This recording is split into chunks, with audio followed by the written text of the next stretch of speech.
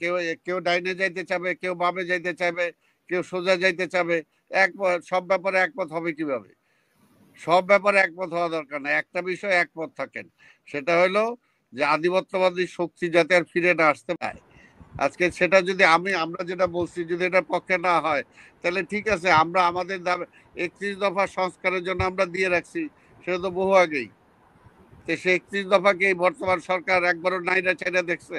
চীনও যখন ছিল তখন বারবার বলছি ওই সময় আন্দোলনের সময়, যে আন্দোলনটা বেগম খালেদা জিয়া বা তারেক রহমানের প্রধানমন্ত্রী করার জন্য আন্দোলন না, এই আন্দোলনটা দেশ রক্ষা করার আন্দোলন, গণতন্ত্র রক্ষা করার আন্দোলন, আধিপত্যবাদের হাত থেকে দেশটাকে বাঁচানোর আন্দোলন। কাজে ওই আন্দোলনটাকে সবাই সবাই অংশগ্রহণ করতে হবে, তাই না? ছাত্র বলি, সাংবাদিক বলি, বুদ্ধিজীবী বলি, লেখক বলি, যারাই আছে, ব্যবসায়ী বলি, সবাইকে আমরা বারবার আহ্বান জানাইছি। এবং ফাইনালি যখন তারা আসছে তখন হয়েছে। তা এখনো যেটা বলি, সংকটটা বিএনপির না, দেখি বিএনপির সংকট নাকি, এটা জাতির সংকট। জাতি একটা সংকটের মধ্যে দিয়ে চলছে, এখনো পর্যন্ত সংকট উত্তরণ ঘটাইতে পারে নাই। এবং সেই জাতীয় সংকটে নির্বাচনটায় প্রবলেমটা কোথায়? নির্বাচনটায় সমস্যাটা কি? নির্বাচন মানে কি? জনগণ তার সুচিন্তিত মতামত প্রয়োগ করবে, সেই সুচিন্তিত মতামতের দিকে তারা বাইরে রাখবে। আর যে জায়গায় আমি তো এর আগেও যেটা বললাম যে আজকের যে পরবর্তী নির্বাচিত সরকার যাতে ফ্যাসিস্ট না হইতে পারে, সেটার জন্য তো যে মূল যে দুইটা কথা বললাম ওই দুইটাই যথেষ্ট। আপনারা আমাকে বুঝান না যে না ওই দুইটা হইলেও ফ্যাসিস্ট হইতে পারে, বুঝান আমাকে। না বুঝে তো আপনি খালি বললে হবে না যে ওই ইউপি নির্বাচন হইতে হবে, ওইটা হইতে হবে। আর আরেকটা কথা, এটা তো সবই নির্বাচিত সরকার যদি পরবর্তীতে জনগণের আকাঙ্ক্ষা পূরণ করতে না পারে, তাহলে তো তার পরিণতি খারাপ হবে। পরবর্তী 5 বছর পরে নির্বাচন, জনগণ তাকে ভোট দিবে না, তো অসুবিধাটা কোথায়? তো এইখানে তো এখন এইটার জন্য না এইটা মানতেই হবে, আরে মানলে তো একটা দলই হয়ে যেত। কিন্তু দল হলো এখন 200 না 250টা হয়ে গেছে। এই কয়দিনে তো দল বাড়ছে 100-র মতো। দল যখন বাড়ছে ঠিক আছে, সব দল তো এক না, কেউ কেউ ডাইনে যাইতে চাবে, কেউ বামে যাইতে চাইবে, কেউ সোজা যাইতে চাবে। সব ব্যাপারে একমত হবে কিভাবে?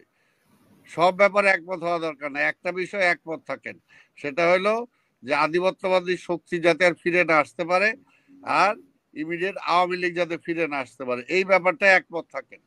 এই ব্যাপারটা একমত থেকে তারপরে রাজনীতিটা ঠিক করেন, নির্বাচনটা ঠিক করেন, যাতে নির্বাচনটা সেইভাবে হয়।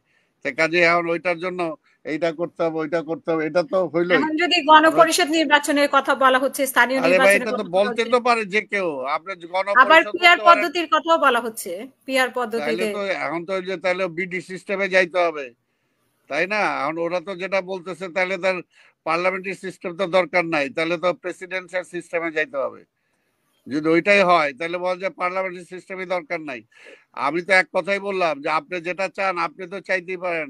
আপনি তো মনে করেন এক হাসিনা বিদায় হয়েছে, আপনি হাসিনা তো আরেকটা বলতে পারেন, আমাদের কাছে প্রপোজাল দিতে পারেন যে এইটাই হলো আমার প্রপোজাল। এখন এই প্রপোজালটা জনগণ অ্যাকসেপ্ট করবে কিনা সেটা যে আসেন না, আপনার প্রপোজাল নিয়ে আপনি নির্বাচনে আসেন, তো সেটা ফেস করতে ভয় পান কেন?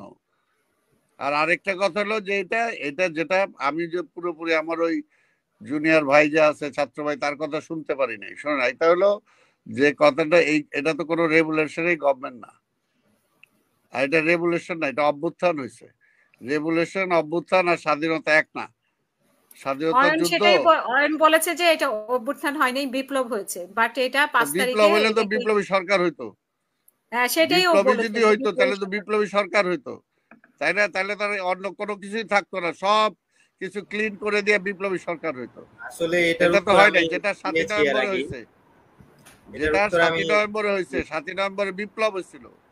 7 নভেম্বরে বিপ্লব হওয়াতে সেই সময় বিপ্লবের পরে সেই সময় জিয়া রহমান আইসা সেই সরকার গঠন করছিল, তাই না? ওইটা ছিল বিপ্লব। এটা বিপ্লব না, এটা হলো অভ্যুত্থান। যদি বিপ্লব হইতো তাহলে তো বিপ্লবী সরকারই হইতো। এই জন্যই যেটা আছে, আমাকে বাস্তবতাটা যেটা আছে এটাকে আমাকে অ্যাকসেপ্ট করে আমাকে সামনে যেতে হবে। এমনকি এই ডুবরোজাল সৃষ্টি করে আমি কি নির্বাচন আরো আমি পিছাইতে চাই? অর্থাৎ জনগণের মালিকানা আমি ফিরাই দিব না যতক্ষণ পর্যন্ত আমার এই ঠিক না। আমার দাবি তো এটা কোনো বিষয় না। বিষয়টা হলো যে জনগণের দাবি, জনগণ কি চায়। আজকে সেটা যদি আমরা যেটা বলছি যদি এটার পক্ষে না হয়, তাহলে ঠিক আছে, আমরা আমাদের দাবি 31 দফা সংস্কারের জন্য আমরা দিয়ে রাখছি, সেটা তো বহু আগেই। তো সে 31 দফাকে এই বর্তমান সরকার একবারও নাইরা চাইরা দেখছে? দেখে নাই তো। তা আমরা সংস্কারের জন্য দেই নাই সেটা? এটা তো তারা চিন্তা করার আগে আমরা দিছি। তো সেটা তো আমারটা কি মানে কোনো মূল্য নাই, দাম নাই? এটাকে আমি কি কলা পাতার মধ্যে লিখছি? এটার জন্যই সব, এটা বিষয়টা হলো যে সবাই এখানে ওপিনিয়ন দেওয়ার সুযোগ আছে, সবাই বলতে পারে, যার যারটা বলবে। 200-250 পার্টি আছে, তারটা যে কেউ মতামত দিতে পারে। কিন্তু মতামত খালি দিলে তো হবে না, যে তার মানে ওই মতামতের উপর ভিত্তি করে একটা ইনডেফিনিট পিরিয়ড পর্যন্ত চলবে, যে এই পর্যন্ত এগুলো না ডিসাইড হলে নির্বাচন হবে না। এটা তো কোনো কথা না। তারপরে যদি তারা দেশটা ঠিক আছে সমস্যাগুলো সমাধান করতে পারতো, যদি সামনের দিকে নিতে পারতো, কারণ এটা তো পারবে না। আজকে আন্তর্জাতিকভাবে যত কিছু আজকে কোনোটাই এখানে সম্ভব না।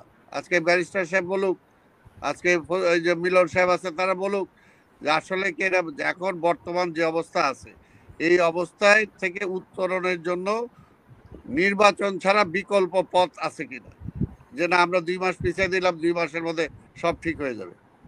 তো সেই জায়গায় যেটা নাই, তো সেই জায়গায় আপনি দেরি করেন, বিচারের কথা বলেন। আরে বিচার তো সবচেয়ে বেশি আমরা চাই, ভুক্তভোগী আমরা, সবচেয়ে ক্ষতিগ্রস্ত আমরা। তা আমরা কি বিচার চাই না? আমরা তো বেশি বিচার চাই। তাহলে আপনি ট্রাইব্যুনাল, যে আমরা বারবার বলতেছি ট্রাইব্যুনাল বাড়ান না কেন? এখনো কেন একটা ট্রাইব্যুনাল নিয়ে চলতেছে? কেন ট্রাইব্যুনাল বাড়ে না? কেন বিচারটা আরো তড়িৎ গতিতে হয় না? আমরা তো বলছি যে যেগুলো বলছি, আজকে যে খায়রুল হক, আজকে শেখ হাসিনার পরে যে সবচেয়ে দায়ী, এতগুলো মানুষ মারা গেছে, এত মায়ের বুক খালি হয়েছে, এই যে গণতন্ত্রটা আজকে বিনষ্ট করছে খায়রুল হকের কথা একবার কি আজকে প্রধান উপদেষ্টা হোক বা আজকে আইনের উপদেষ্টা হোক, সে কি বলছে একবারও? বা তার ব্যাপারে আমরা চিন্তা ভাবনা করতেছি বা খুঁজতেছি?